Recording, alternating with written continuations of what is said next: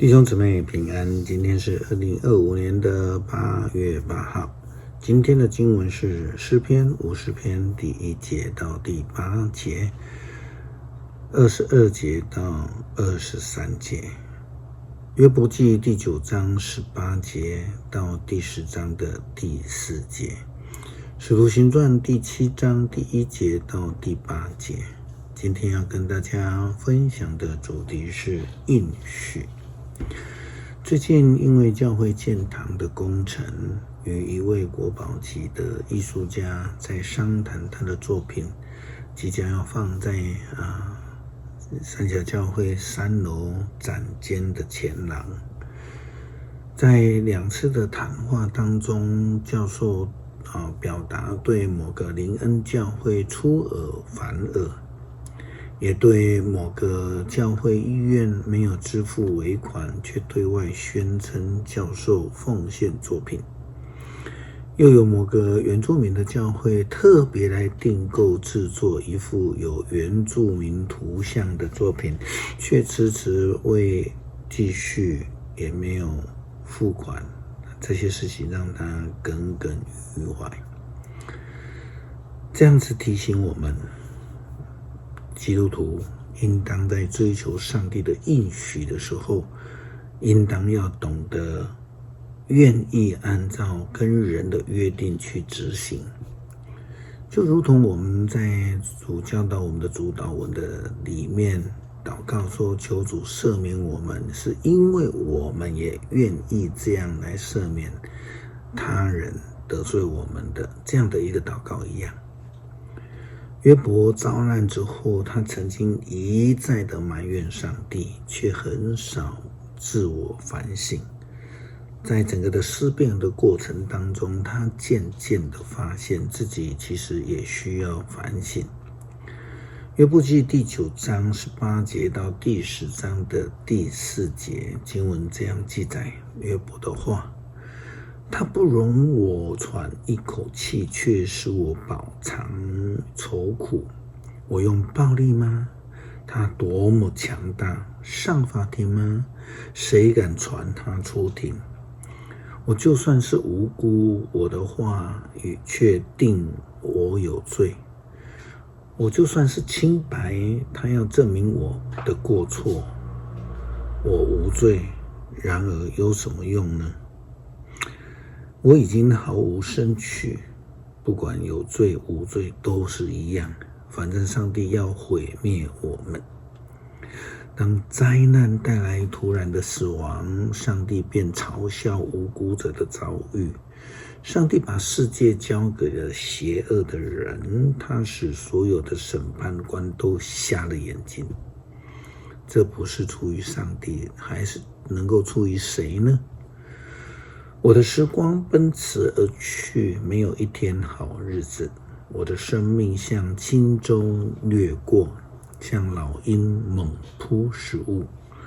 我就是强颜欢笑，想忘记自己的痛苦，一切祸患来困扰我。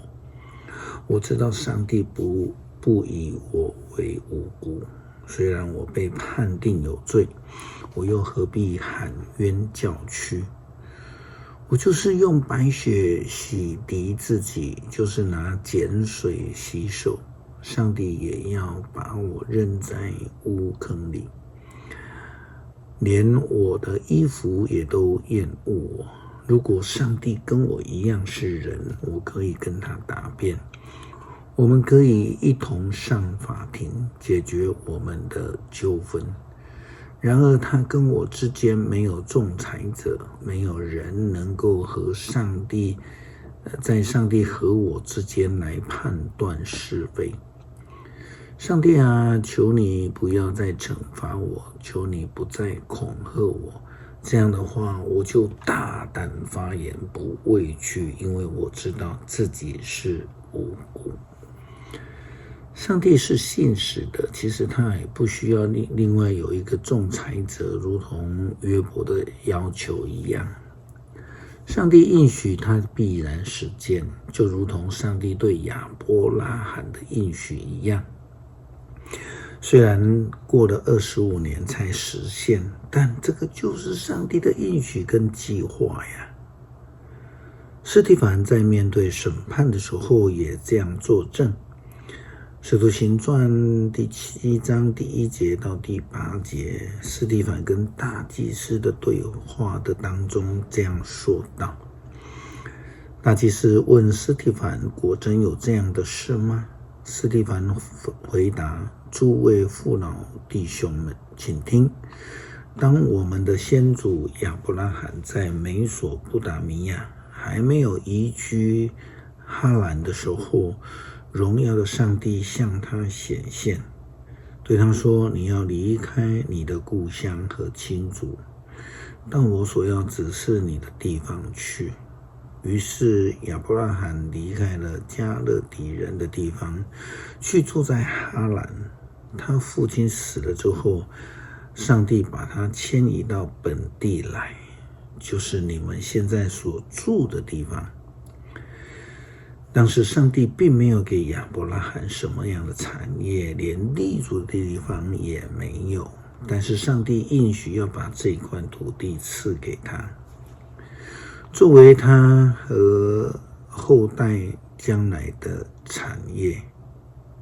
虽然那个时候他还没有儿子，上帝对他这样说道，你的后代要寄居在外国，在那里做奴隶，受虐待400年，但是我要惩罚奴役他们的那一国，以后他们要离开那地方，在这里敬拜我。于是上帝和亚伯拉罕立约，以割礼为记号，所以亚伯拉罕在以撒出生第8天以后就给他行割礼，照样以撒也给雅各行割礼。虽然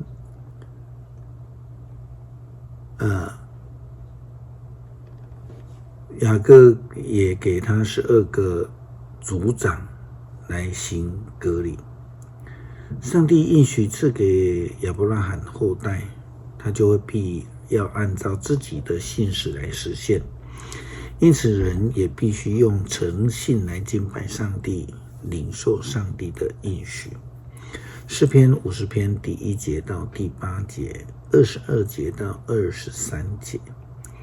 上主大能的上帝发言，从日出到日落之地发出呼喊，从最纯美壮丽的锡安城，上帝发射光辉。